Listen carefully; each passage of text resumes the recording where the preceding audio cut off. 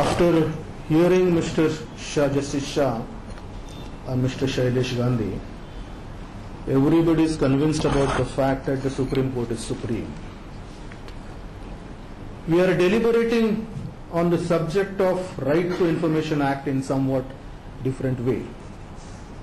Proposition is whether RTI Act is a problem or having good prospects in view of the recent situations and Supreme Court judgments.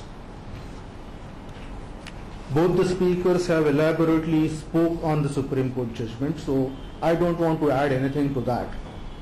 But I would like to try to travel somewhere else.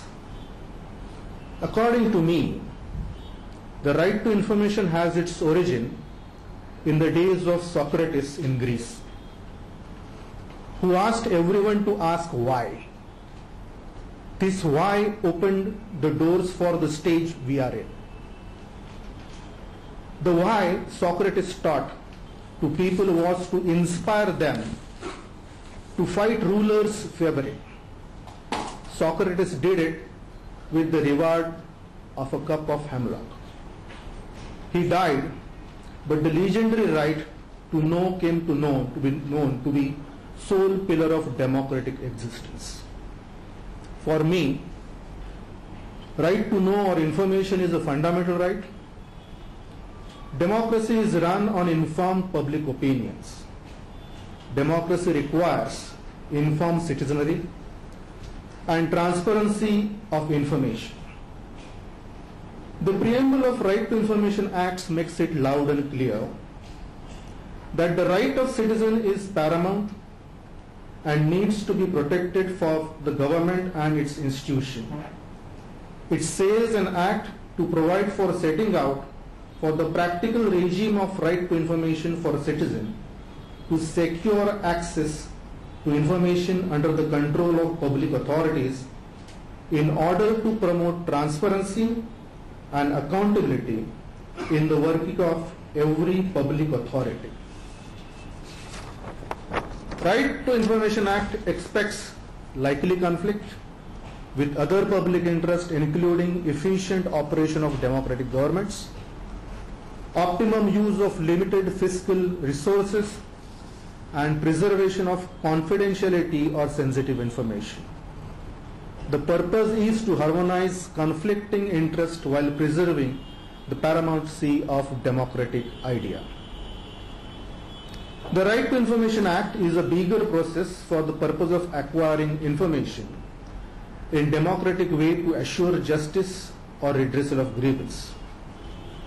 Sometime back in the year 2006, when the RTI Act was having teeth in trouble, the then President of India, while participating in Platinum Jubilee of Bar Council of West Bengal, referred to this subject. In his opinion, active participation of all the stakeholders such as political leaders, civil services, judiciary, media and citizen in deriving benefits from RTI Act will make India highly participative democracy. So far as conflicting interests are concerned, the Honorable Supreme Court in the year 2011 in one of its judgment observed, it's a judgment of Central Board of Secondary Education. I quote, "At this juncture it is necessary to clear some misconception about RTI Act. The RTI Act provides access to all information that is available and existing. This is clear from combined reading of section 3 and definitions of information and right to information under clause F and I of section 2 of the Act. If the public authority has information in the form of data or analyzed data or abstracts or statistics, an applicant may access such information subject to exemptions of section 8 of the Act. But where the information is sought not on record of public authority and where such information is not required to be maintained under any law or rules of or regulations of the public authority, the Act does not cast any obligation on the public authority to connect or collate such non-available information and then furnish it to the applicant. The public authority is also not required to furnish information which requires drawing of inferences and or making assumptions. It is also not required to provide advice or opinion to an applicant, not required to obtain or furnish any opinion to an applicant. The reference to opinion or advice in the definition of information in section 2F of the Act only refers to such material available to the records of public authority. Many public authority have as a public relation exercise provided advice, guidance, opinion to the citizen, but that is purely voluntary and should not be confused with any obligation under RTI Act, I unquote. This particular observation of the Apex Court is treated as a guideline by the government of Jammu and Kashmir as well as Union of India, and it is supplied to each and every department to consider before giving an information. Anyway, because of this legislation, many things came to light and people were made aware of revealing facts. The right to know makes your case stronger and quicker, and similarly it will help to expedite the judicial process. The concept of RTI Act is accepted all over the world. In India, it is only with regard to with public institution, but in Commonwealth countries, it is made applicable to all, which is a further step for us. The Act is intended to foster a culture of accountability in public and private bodies, to giving a right of access to information and ensuring people to enable them to protect their rights. However, after some years of enactment of this Act, we are facing new difficulties, problems and apprehensions. Sometimes those problems and apprehensions take you to the nightmares. Many of the high officers in judiciary have expressed reservations. The question was raised whether the Chief Justice of India is a public authority distinct from Supreme Court.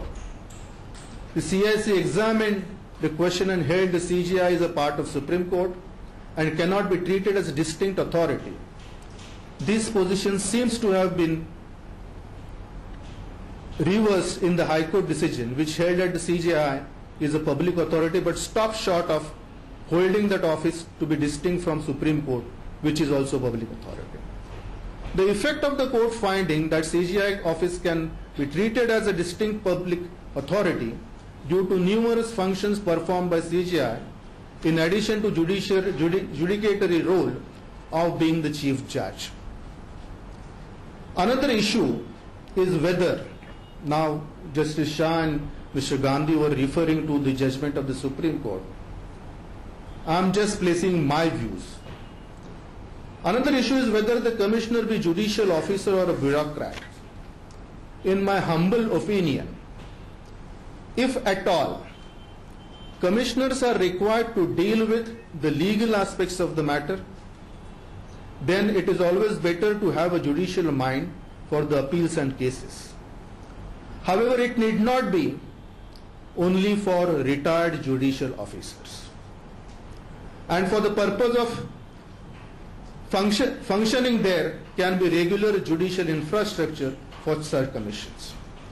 I was always of the opinion that if at all any issue has to be dealt with in a legal manner, then it is always better to have application of judicial mind and not a technical approach. I am not at all commenting about the persons appointed on commissions who were or are not judicial officers, but in the event the commissioners are to be the manned by judicial officers, then it may not be restricted to the class of retired judicial officers. One more aspect which I would like to place before this seminar for deliberation is that whether the process of right to information needs any discipline and decorum. After the enactment, many good people took the cause and are relentlessly working for the cause, but they are very few. There is a much growth of so-called information activists. I'm sorry I am having a different opinion, but I have to place it before you. There are many information activists who have accepted it as an occupation. In the present scenario, it is very clear for all of us that we have forgotten our real issues relating to right to live, and we are more concerned about to know how the others live. It is not a political comment, but a ground reality. Sometimes the activists make it with an idea of being with the media. There are instances where a person wants to be before a public for some or other reasons without considering the consequences. The information revealed in the process reaches media, and media conducts the trial where the conviction rate is 90%. People read newspaper and see electronic media. They are not bothered about the truth and correct facts. They form opinion on what they read and see and pass their own judgment. This trend, according to me, is not a healthy process for information activists, and therefore I am of the opinion that there is a dire need of a discipline under the Right to Information Act. Information is necessary part of a developing strong civilized democratic societies, and whatever problem may arise because of this enactment will be taken care of by the system under the Act itself. Information would be an oxygen for such society. If such oxygen is not provided, the society would die of its culture. I don't have anything to say much more than this, but I would end with a humorous note, because all of you are so serious. I want you to bring a smile on your face. What happens was, once the World Health Organization conducted a survey on a worldwide basis, saying what is your honest opinion about food shortage in the rest of the world. The result of the survey was utter failure, because Indian subcontinent along with other neighboring countries did not have information about the honesty. In China and Arabic countries, they did not know what is the opinion. In African countries, nobody knew about food.